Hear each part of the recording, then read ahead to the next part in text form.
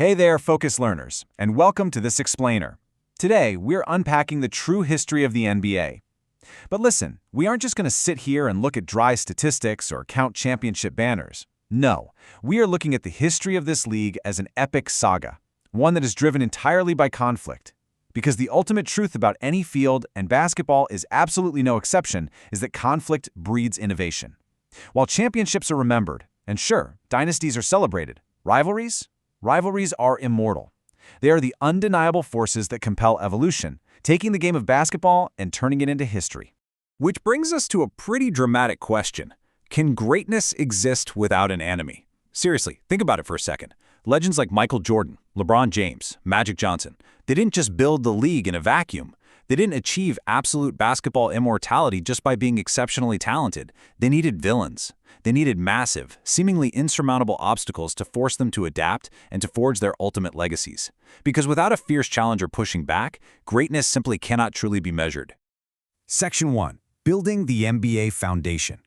Okay, let's dive into this. To really understand how these rivalries shape the game, we have to transport ourselves all the way back to the struggling 1950s and 60s. Back then, professional basketball was literally fighting for its life. Baseball was king, college hoops actually drew way bigger crowds, and NBA franchises were folding left and right because they just couldn't turn a profit. The league desperately needed more than just talented athletes. It needed a story to survive. It needed a massive rivalry to elevate the sport from a niche attraction into a full-blown national obsession. And that salvation arrived in the form of the very first true superstar rivalry, perfectly contrasting two completely opposite giants. On one side, you had Bill Russell of the Boston Celtics. His entire philosophy was built on team defense, shot blocking, and sacrificing his own personal statistics for what would eventually be a staggering 11 championships. And on the other side, Wilt Chamberlain representing superhuman individual offense. He was a literal force of nature who put up numbers that still sound entirely fictional today. It was the ultimate debate, individual dominance versus team success. 100. Yeah, you heard that right. That is Wilt Chamberlain's unbelievable, completely untouched single-game scoring record. I mean, he was doing things athletically that fans couldn't even comprehend at the time. Yet despite Chamberlain's massive statistical advantage, it was Bill Russell who almost always walked away with the actual victory. You see, their battles weren't just games. They were deep philosophical debates about how the sport of basketball should fundamentally be played, and they built the very foundation of the NBA's popularity. Section 2. Saving the league. So moving on to our next era and seeing how this builds, because by the late 1970s, the NBA was in deep, deep trouble again. Ratings were plummeting, attendance was way down, and get this, the NBA Finals were actually being broadcast on tape delay after the evening news. Crazy, right? The league needed saving all over again. And that salvation began not in the professional ranks, but during the legendary 1979 NCAA championship game, which set the perfect stage for two rookies who were about to carry the entire league into a golden age. The dichotomy between these two was stark, and it completely captivated America. In Los Angeles, you had Magic Johnson. He played with this constant, infectious smile, spearheading a flashy, fast-break Hollywood style known as Showtime. Then, across the country in Boston, was Larry Bird. Now, he lacked Magic's raw athleticism, but he countered it with this relentless, blue-collar intensity and just brilliant half-court execution. It was speed versus structure, joy versus intensity. They totally revived the historic Lakers-Celtics war, forced fans to pick a side, and transformed the NBA into must-watch global television. Section 3. Surviving the physical era. As we shift into the late 1980s and 90s, well, the game changed entirely. The smiles faded, the flash disappeared, the game slowed way down. It became brutal, it became fiercely physical. Every single possession felt like a confrontation. Basketball literally turned into a war of survival. If you wanted to win a championship during this era, you couldn't just outscore your opponent, you had to outlast them. You had to survive them. This physical era manifested perfectly against the league's brightest rising star, Michael Jordan. Standing in his way were the Detroit Pistons, better known as the Bad Boys. Head coach Chuck Daly designed a literal defensive blueprint called the Jordan Rules. Step 1, converge multiple defenders whenever he drives. Step 2, force him to very specific areas of the floor. Step 3, exhaust him with heavy physical contact. They intentionally used psychological warfare and hard, punishing fouls to break Jordan, eliminating his Bulls in 3 consecutive postseasons. But here's where the legend is actually made, right? Instead of making excuses, Jordan used this absolute crucible to evolve. He spent his off-seasons adding dense muscle, just to absorb the contact. He bought into Phil Jackson's triangle offense, learning to trust his teammates to share the scoring load. So in 1991, a transformed Jordan and the Bulls finally met the Pistons again and absolutely swept them in 4 games. The bad boys thought they were destroying Jordan, but actually, they were forging the Chicago Bulls dynasty. That sheer physical hatred, it spilled right over into the rest of the 90s, perfectly embodied by the bitter war between the New York Knicks and the Miami Heat. This was pure survival basketball, an era where a hard foul was basically just a polite hello. It was Patrick Ewing against Alonzo Mourning. It was head coach Pat Riley's defensive fingerprints all over both franchises. It gave us the infamous 1997 bench-clearing brawl that led to critical suspensions, and Allen Houston's dramatic buzzer beater in 1999, where an 8 seed shocked the entire world. Look, it wasn't beautiful basketball, but it was incredibly compelling. Which brings us to a really powerful realization. The greatest rivalries are not defined only by championships. They are defined by influence. As that brutal 90s era ended and a new millennium dawned, the whole nature of NBA rivalries shifted. The bitter, brawl-inducing hatred of the Knicks and Heat evolved into a rivalry defined by deep, mutual respect and just absolute excellence. Section 4.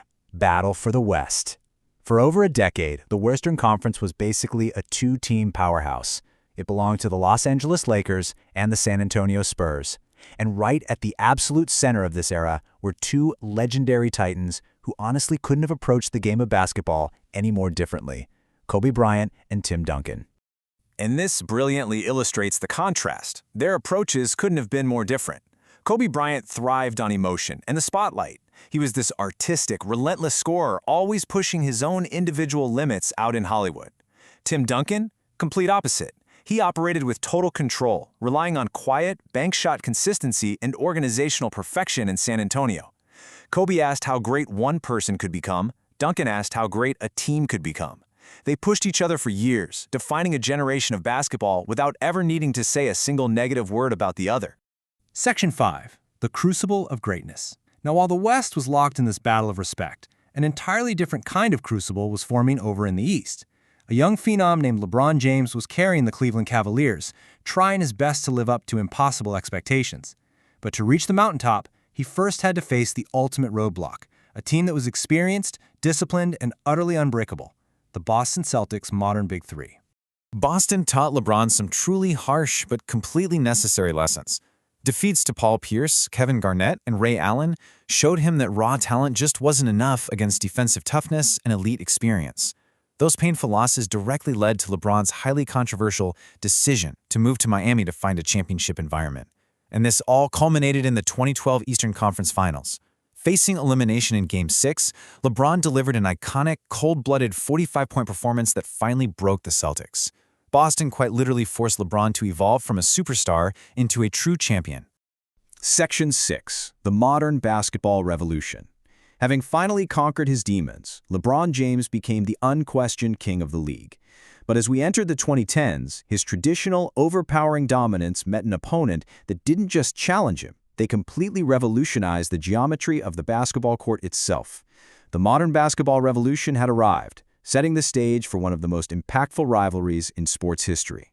You had LeBron James on one side playing like a literal basketball superhero. He utilized unparalleled power, size, and versatility, dominating the ball and attacking the rim. And on the other side, Stephen Curry of the Golden State Warriors, playing like a basketball magician. Curry relied on skill, constant off-ball movement, and impossible shooting range. LeBron dominated every single inch of the court. Curry destroyed defenses from 30 feet out without even needing to hold the basketball. 73. Pause and think about that for a second. In 2016, the Warriors looked completely unstoppable, setting a historic record with 73 regular season wins.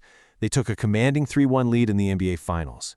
But then, LeBron James orchestrated the greatest comeback in NBA Finals history, sealed by the block, an incredibly iconic chase-down defensive play in the final minutes of Game 7. It cemented the rivalry in absolute immortality. This rivalry gave us 4 consecutive NBA Finals matchups between Cleveland and Golden State. 4. The intensity and threat of LeBron James actually forced the 73-win Warriors to adapt by adding another superstar in Kevin Durant, just to ensure victory. They went on to win back-to-back titles in 2017 and 2018. This massive arms race permanently altered the league's competitive landscape, showing exactly how far these titans would go just to defeat one another. So the crucial point is this. LeBron and Curry didn't just win rings. They fundamentally shifted the paradigm of the sport itself. Before this rivalry, the NBA was entirely paint-focused, dominated by big men and traditional offenses. But after them, the three-point shot became the absolute center of the basketball universe. Positionless basketball and constant motion became the standard. Together, they changed the physical geometry of how the game is played and what we actually expect from our superstars. From Russell and Wilt building the foundation, to Magic and Bird saving the league, all the way to LeBron and Curry revolutionizing the geometry of the court, every single era is defined by the battles that push greatness further. Because, as we've seen, legends are not made alone. Which leaves us with one final, super exciting question as we look at today's young stars. Who will be the rivals that refuse to let the next generation rest? Thank you so much for exploring the true history of the NBA with us. Keep questioning, keep learning, and we'll see you in the next explainer.